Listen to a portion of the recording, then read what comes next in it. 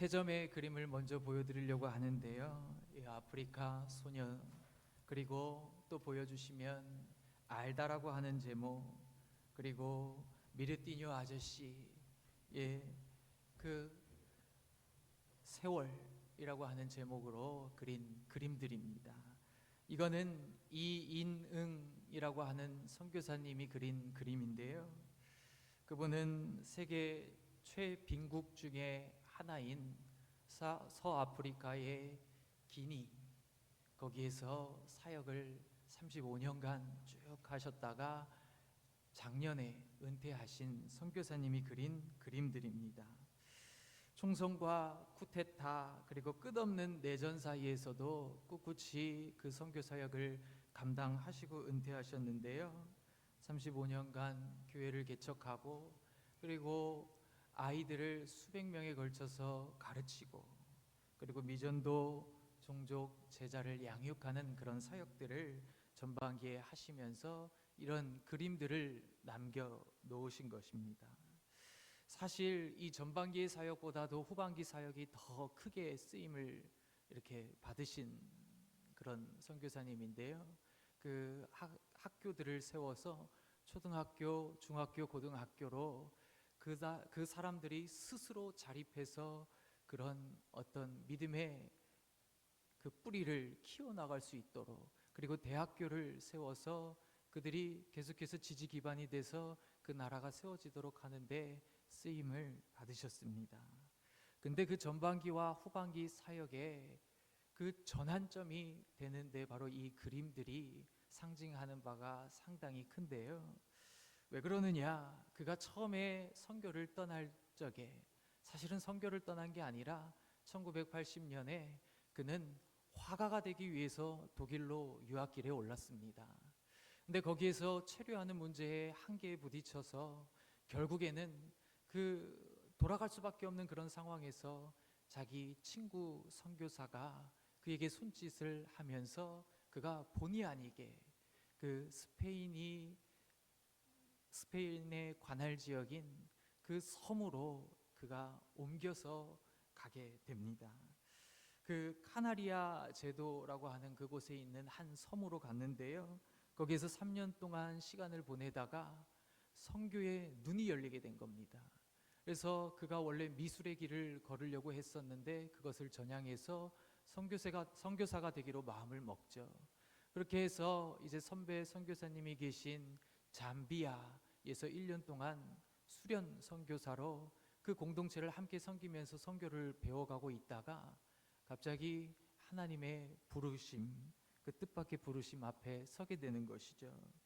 꿈을 꾸게 되는데 현지인들, 여기서 말하는 현지인들은 그가 이제 사역하게 될 기니의 현지인들을 말합니다.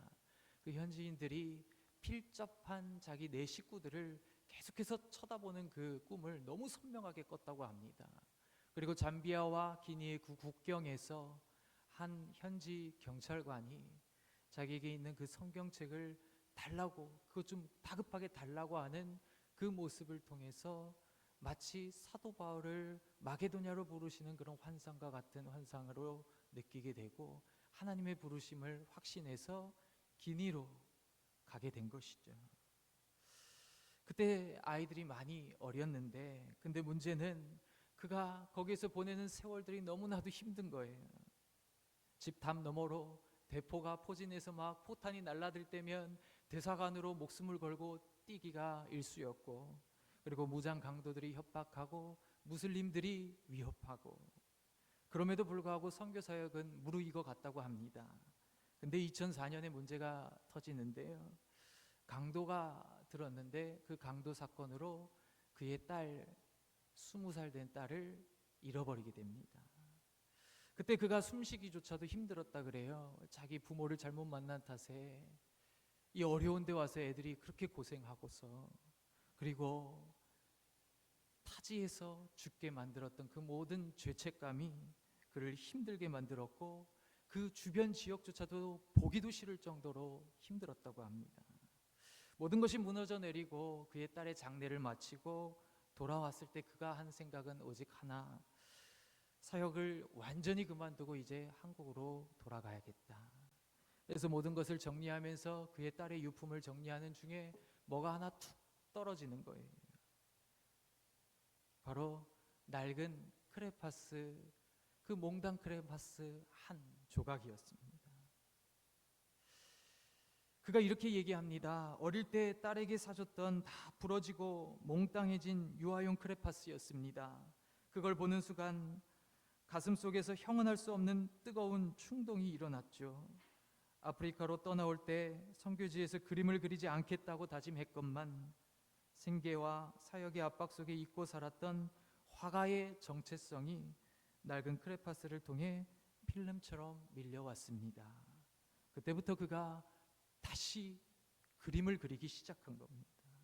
그림을 그리다 보니까 그 아프리카 사람들의 고난에 찌든 그 모습, 그리고 깊은 슬픔이 새겨진 그런 모습들을 얼굴에, 그런 얼굴들을 도화지에 한 점 한 점 옮기다가 그가 회복되기 시작하는 거예요. 그리고 다시 일어설 힘을 얻게 됐다고 합니다. 증오의 마음이 용서로 바뀌고 거부감이 측은지심과 사랑으로 채워졌습니다. 그래서 그것을 계기로, 그것을 기점으로 그가 더 큰 사역을 하는데 나서게 되고 힘을 얻어서 충실히 감당하고, 이제는 그 현지인들에게 모든 것을 일임하고 넘겨주고 은퇴를 하고, 그가 그렸던 작품들을 이제 빠른 시일 내에 이렇게 전시를 열 예정이라고 합니다. 오늘 저희가 읽으신 이 본문, 엘리야의 본문이죠. 이스라엘에서 가장 악했다고 여겨지는 오므리 왕조 시대에 느밧의 아들 여로보암의 죄, 그거는 아무것도 아닐 정도로 만들었던 아합 왕의 죄에 대한 이야기, 그 이야기를 오늘 우리가 함께 나눌 것입니다. 베델의 송아지 아무것도 아니었죠. 이제 사마리아에 그가 결혼한 그의 아내 이세벨과 함께 그 사마리아의 바알 숭배를 제대로 아주 전적으로 도입하는, 그래서 여호와 보시기에 정말 악했던 전무후무한 왕조가 바로 오므리 왕조, 그 중에서도 아합 왕입니다. 오므리 왕조의 이렇게 악한 모습은 선지자들이 이렇게 브레이크를 걸 만도 한데 아무도 막아 세우는 사람이 없었어요. 그에 관해서 말하는 선지자가 아무도 없었습니다. 근데 그때 등장하는 선지자가 바로 엘리야인 것이죠. 엘리야는 정말 크고 굵직굵직한 사역들을 통해서 하나님께서 정말 강력하게 개입하시는구나 라는 것을 보여준 선지자입니다. 근데 그렇게 강력한 개입이 있었던 데에는 바로 그 배경, 아합이 그만큼 그 누구보다도 악했다라는 것을 보여주는 대목이기도 하겠죠. 저희가 읽으신 이 19장은 17장부터 엘리야가 등장하는데 일종의 새로운 엘리야의 전환점입니다. 그동안 아합을 상대로 바알이 아니다, 여호와께서 참 하나님이시다라는 것을 생생하게 증명하고 보여준 그런 일들을 18장까지 감당해 왔습니다. 근데 그가 오늘 들어서 19장에 들어설 때 19장의 시작을 어떻게 하냐? 19장에 보면 아합이 누구에게 얘기를 하냐? 그의 아내 이세벨에게 말하는 장면입니다. 아합이 엘리야가 행한 모든 일과 그가 어떻게 모든 선지자를 칼로 죽였는지를 이세벨에게 말하니 이세벨이 사신을 엘리야에게 보냈다. 무슨 이야기입니까? 그동안 아합이 그 악의 축인 줄 알고 열심히 아합과 싸워왔는데 알고 보니까 아합은 대장이 아니었던 거예요. 진짜 대장은 이세벨이었던 겁니다. 그러고 보니까 그 전에 엘리야가 행했던 일을 아합이 지금 고자질하는 이 장면에서 그 엘리야가 행했다고 말하는 그 갈멜산에서의 대결, 바알 선지자 450명과 그리고 아세라 선지자 400명을 합쳐서 누가 참 신인지 한번 보자라고 해서 대결을 했는데 거기서 여호와를 엘리야 혼자서 증명해낸 사건이잖아요. 불로 임하셨습니다. 바알에게 아무리 빌어봐야, 아세라에게 아무리 빌어봐야 아무런 일도 일어나지 않았는데 오히려 물까지 적신 제물에 불로 임하신 여호와 하나님을 보여주면서 그들의 거짓을 고발하고 그 선지자들을 잡아서 다 죽인 사건이었던 것이죠. 이거면 충분하죠. 여호와가 하나님이라는 것을 이제 모두에게 증명해 보여주는 결정적인 사건이라고 생각을 했습니다. 근데 그 이야기를 이세벨에게 하면 이세벨도 큰일 났구나. 불로 임하신 여호와 하나님께 무릎 꿇을 수밖에 없구나. 이렇게 해야 되는데 어떻게 했습니까? 그 무능한 남편 아합과는 달리 이세벨은 즉각적으로 대응합니다. 내가 그동안 죽여왔던 선지자들처럼 바로 죽이겠다. 죽이지 못하면 신들이 내 벌 위에 벌을 내리길 원한다. 이세벨의 이야기는 새겨들어야 되죠. 왜냐하면 18장에 보시면 이세벨이 선지자를 죽이는 바람에 그래서 선지자들을 굴로 숨겨놓는 이야기도 나오기 때문에 그렇습니다. 결정적인 사건에 밀려서 결국엔 아합이 자기 아내에게 얘기를 했지만 이세벨은 오히려 거기서 하나님을 깨닫고 하나님께 나오기보다는 그 단호한 대응을 통해서 엘리야를 죽이려고 했던 것이죠. 그래서 엘리야가 어떻게 됩니까? 자기가 여기에 서면 이제 됐다, 이제는 승리했다라고 예상을 했는지는 모르지만 그런 반응 속에서 겁을 먹고 도망해서 그래서 광야로 들어갔다. 지금 북쪽에서 남쪽 가장 최남단에 있는 브엘세바, 거기에서 광야로 들어가서 자기가 모든 것을 낙담하고 힘이 꺾인 모습으로 죽여달라고 하나님께 그렇게 기도하는 장면이 나오는 것이죠. 그때 로뎀나무 아래에서 하나님께서 먹이셔서 다시 일으켜 세우셔서 마지막 사명을 주는 이야기로 오늘 본문이 기록되고 있습니다. 갈멜산에서 이룬 일이 이 세상을 바꿔 놓을 줄 알았는데 아무 일도 벌어지지 않았고, 그러다 보니까 꺾여서 결국에는 어떻게 해요? 하나님께서 먹이시는, 다시 힘을 주시고 그 다음에 호렙산으로 가게 하셔서, 호렙산이 어디입니까? 말씀을 받은 산이잖아요. 모세가 말씀을 받은 시내산 혹은 호렙산이라고도 하는데 거기로 다시 서게 하시면서 바람이 지나가고 불 가운데 지진 가운데 거기에 하나님이 안 계셨는데 세미한 소리를 통해서 이제 마지막으로 엘리야에게 사명을 주시는 이야기.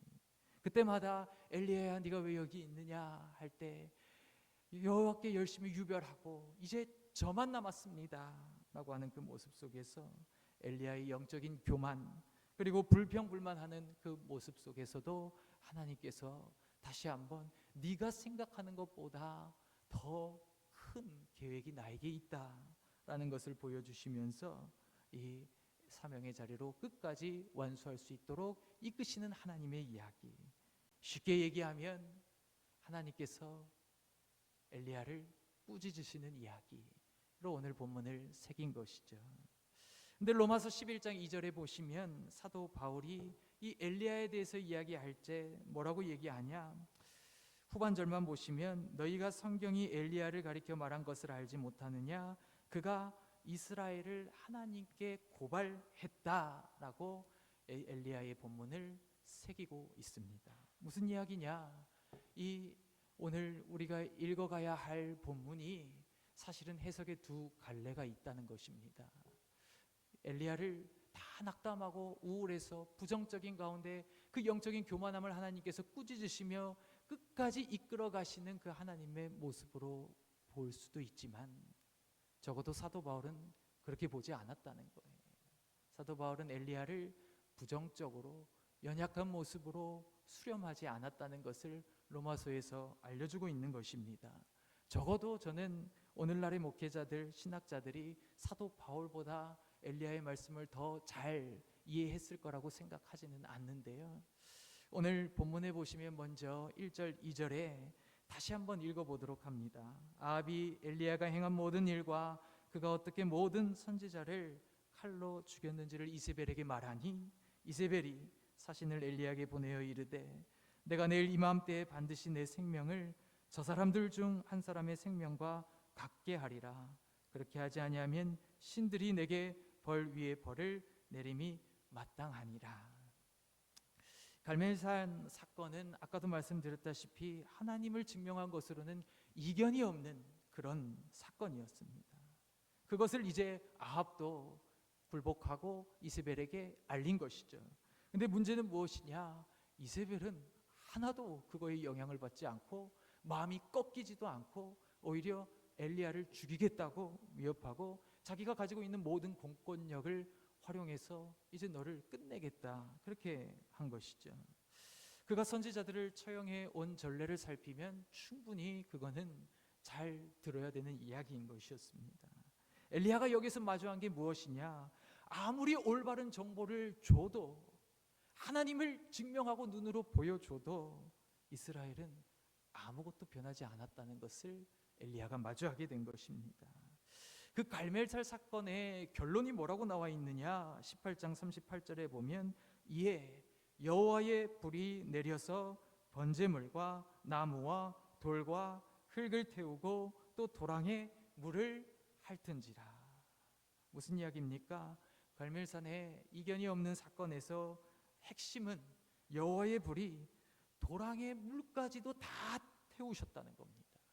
근데 한 가지 태우지 못한 게 있는 거예요. 뭡니까? 바로 이세벨의 마음입니다. 아무리 대단한 여호와의 불이라고 해도 이세벨의 마음을 태우지 못한 거예요. 아무것도 변하지 않았습니다. 하나님이 계신다고 해도 그게 이스라엘의 변화를 가져오지 못했다는 것이죠. 그래서 엘리야가 거기에서 좌절하고 도망가는 장면이 3절부터 나옵니다. 3절에 보시면 그가 이 형편을 보았다. 보고 나서 일어나 자기의 생명을 위해 도망했다. 유다에 속한 브엘세바에 이르러 상당히 남쪽 지역으로 내려갔다는 겁니다. 자기 사원을 그곳에 머물게 하고 자기 자신은 광야로 들어가 하룻길쯤 가서 로뎀나무 아래에 앉아서 자기가 죽기를 원하여 이르되 여호와여 충분합니다. 지금 내 생명을 거둬 주시옵소서. 엘리야가 우리는 전통적으로 두려움 때문에 도망했다고 그렇게 많이들 새깁니다. 근데 정말 두려움 때문에 엘리야가 도망했을까? 4절에 보시면 그는 죽고 싶어 했다고 얘기를 하고 있죠. 그가 죽기가 두려워서 도망한 건 적어도 아니라는 겁니다. 이 도망은 어떤 도망이냐? 자기의 생명을 위해 도망했다라고 얘기를 하고 있죠. 오히려 이 생명을 위해 도망을 했다. 이 무슨 말입니까? 생명을 위해서 도망했다. 정말 두려워서 한 도망인가? 그가 부서져 있었던 것은 맞고 그가 이제 꺾인 것은 맞는데 문제는 우리가 생각하는 것처럼 그렇게 심리적으로 유약한 상태가 됐다는 얘기가 아니라 이세벨의 손에 죽기를 원하지 않는다는 얘기를 지금 하고 있는 겁니다. 브엘세바로 왜 간 겁니까? 생명을 위해서 간 겁니다. 그렇죠? 광야로 왜 들어간 겁니까? 이세벨의 통치 범위가 미치지 못한 곳으로 도망했다는 거예요. 그 얘기는 이제 생명을 보존할 수 있게 됐다는 겁니다. 이세벨의 위험에서 벗어난 지역에서 죽기를 바랬다. 여호와여 저를 데려가 주세요. 이제 충분합니다. 그 얘기 무엇입니까? 이세벨의 손에는 절대로 죽기 싫습니다. 저밖에 안 남았습니다. 마음이 꺾인 게 아니라 오히려 마음이 올곧은 상태에서 이제 자기의 목숨을 그만 내려놓으려고 하는 겁니다. 적의 손에 죽을지언정. 이세벨의 손에 죽으면 이세벨의 승리가 되니까요. 이제 자기 혼자 남았으니까 절대 그거는 하고 싶지가 않은 거예요. 그래서 마치 독립투사처럼 그냥 저를 죽여주시옵소서. 이세벨의 손에는 절대로 안 죽겠습니까? 그 얘기를 하는 것이죠. 하나님의 뜻과 하나님의 대의를 위해서 지금 괴로워하면서 죽여달라고 얘기하는 엘리야의 기도인 것입니다. 거기에 대한 응답이 어떤 응답이 있습니까? 오늘 본문의 대부분의 이야기는 하나님께서 엘리야에게 내리시는 처방, 엘리야에게 응답하시는 장면입니다. 어떤 기도의 응답입니까? 나를 죽여주시옵소서라고 하는 기도에 대한 응답입니다. 그가 할 수 있는 게 이제 아무것도 없어요. 근데 죽어도 이세벨의 손에 패배하고 싶지는 않은 겁니다. 그 기도에 하나님이 첫 번째로 응답하시는 것이 6절, 7절입니다. 우리가 잘 알듯이 로뎀나무에서 누워 있는 그에게 하나님께서 제일 먼저 하시는 것은 숯불에 구운 떡과 한 병 물, 아주 소박한 한 끼 식사입니다. 그것을 먹이시고 그리고 또 한 번 먹이시는 장면이 나오는 겁니다. 하나님께서는 먼저 육신의 기운을 차리도록 엘리야를 먹이시는 것으로 응답했습니다. 죽여달라고 했는데 먹이시는 것이죠. 그리고 두 번째가 우리가 잘 알다시피 하나님께서 호렙산으로 가라고 인도하십니다. 먹이시는 이유가 무엇이었느냐? 네가 내 갈 길을 다 가지 못할까 하노라. 이에 8절에 일어나 먹고 마시고 그 음식물의 힘을 의지하여 40주 40야를 가서 하나님의 산 호렙에 이르니라. 하나님께서 그 말씀산으로 부르신 것이죠. 이 산은 정말 유서가 깊은 곳입니다. 모세 때부터 하나님께서 자신을 알려주시고 자신의 말씀을 내려 하사해 주신 곳이잖아요. 그곳에 가게 하신 것이죠. 거기에 가서 이제 우리가 잘 아는 장면이 나오죠. 하나님께서 두 번에 걸쳐서 물으십니다. 엘리야야, 네가 어찌하여 여기 있느냐? 근데 그 중심에 있는 사건을 잘 보십시오. 11절에 보시면 여호와께서 이르시되 너는 나가서 여호와 앞에서 산에 서라 하시더니 여호와께서 지나가시는데 하나님이 임재하시는 것입니다. 여호와 앞에 크고 강한 바람이 산을 가르고 바위를 부수나 바람 가운데 여호와께서 계시지 아니하셨다. 지진이 있었는데 거기도 계시지 않았다. 불이 있었는데 불 가운데도 계시지 않았다. 갈멜산 절투를 떠올리게 하는 아주 강력한 현상들입니다. 그렇죠? 강력한 현상들이죠. 하나님이 말씀하시는 마치 우렁차게 얘기하시는 그 하나님의 목소리인 것을 알 수가 있죠. 근데 거기에 지금은 하나님이 계시지 않았다는 겁니다. 그 다음에 벌어지는 이야기가 뭐냐? 그런 것들이 다 지나간 후에 세미한 소리가 있는지라. 아주 세미한 소리에 하나님이 있었다. 저는 그동안은 이 세미한 소리를 귀를 기울여 하는 소리, 그 앞에 있는 현상들은 기울이지 않아도 들리는 소리로 새겼는데 엘리야의 편에서 생각한 거죠. 네가 그런 어떤 화려한 영적인 그런 능력 나타내는 거, 거기에 하나님이 있을 줄 알았는데 갈멜산 전투도 그렇게 했는데 그게 실패하고 나니까 꺾였냐? 그게 아니다. 세미하게 역사하시는 하나님이 있다라는 것으로 새겼었는데 그 엘리야의 편에서 새긴 거죠. 근데 그 본문을 다시 읽어보면 이거는 엘리야를 그렇게 하나님께서 꾸짖으시는 장면이 아니라는 거. 오히려 그 세미한 소리는 하나님께서 지금 엘리야에게 말씀하실 때 볼륨을 조절하고 계시는 소리라는 거예요. 이거는 귀를 기울이지 않아도 엘리야에게 충분히 들릴 만한 나지막한 온유한 하나님의 음성입니다. 하나님께서 직접 볼륨을 조절하셔서 믿지 않는 사람들에게는 우렁차게 불과 지진과 바람으로 얘기하셔도 그래도 못 알아듣는 귀머거리들과 달리 하나님께 열심히 유별하고 정말 하나님의 대의를 위해서 자기의 목숨을 바치려고 하는 이 꺾이기 싫은, 적에게 절대 패배하기 싫은, 하나님을 증명해 보이고 싶은 이 사람들에게 호통치면서 얘기하실 필요가 없는 거예요.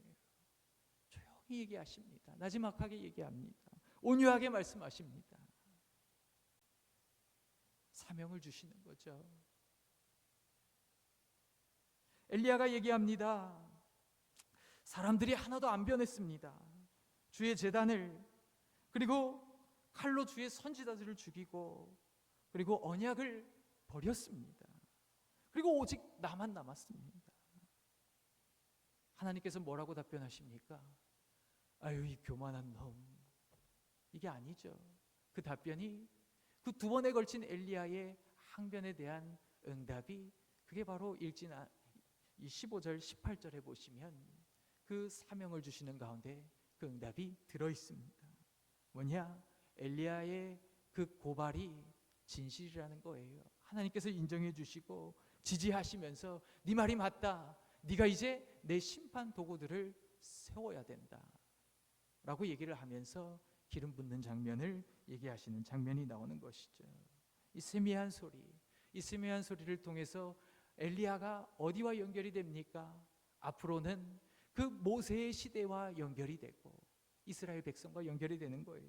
뒤로는 누구와 연결이 됩니까? 오늘 본문에 보시면 내가 이스라엘 가운데에 7천 명을 남기리니, 미래형이죠. 7천 명은 있는 사람들이 아니라 미래에 있을 사람들이라는 겁니다. 앞으로는 모세와 연결되고 뒤로 미래로는 7천 명과 연결해 주시면서 앞뒤에 그 커다란 이불을 엘리야에게 지금 덮어주시면서 엘리야에게 나지막히 말씀하시는, 사명을 주시는 하나님의 목소리를 오늘 본문에서 들을 수가 있습니다. 마음을 움직이는 말하기 방식이 있다고 한다면 무엇일까요? 많은 발라드 가수들이 헤비메탈처럼 아주 쩌렁쩌렁하게 그렇게 사랑한다고 고백하면 그 세레나데를 받는 대상이 이 사람 정말 날 사랑하는구나, 마음이 움직일까요? 사람의 마음이 움직일 때를 보면 보통은 그 볼륨은 나지막한 볼륨이고 그리고 단촐합니다. 진심 어립니다. 그렇죠? 저도 제 주변에 이렇게 오래 남는 관계를 보면 뭔가 그 장황하게 말을 하거나 어떤 수려하게 말을 하는 그런 사람들은 중간에 다 없어지는데, 단촐하지만 정말 진정성 있게 말한 사람들은 끝까지 가는 관계로 남는 것을 많이 경험합니다. 하나님께서는요, 지금 엘리야에게 세미한 소리로 말씀하셨다. 정말 그냥 나지막하게 단촐하게 얘기하시는 겁니다. 엘리야야, 네가 어디 있냐? 네 말이 맞다. 오직 나만 남았습니다. 근데 하나님께서 응답하신 것을 보면 그에게 무엇입니까? 오늘 제가 설교의 제목을 너 하나면 돼.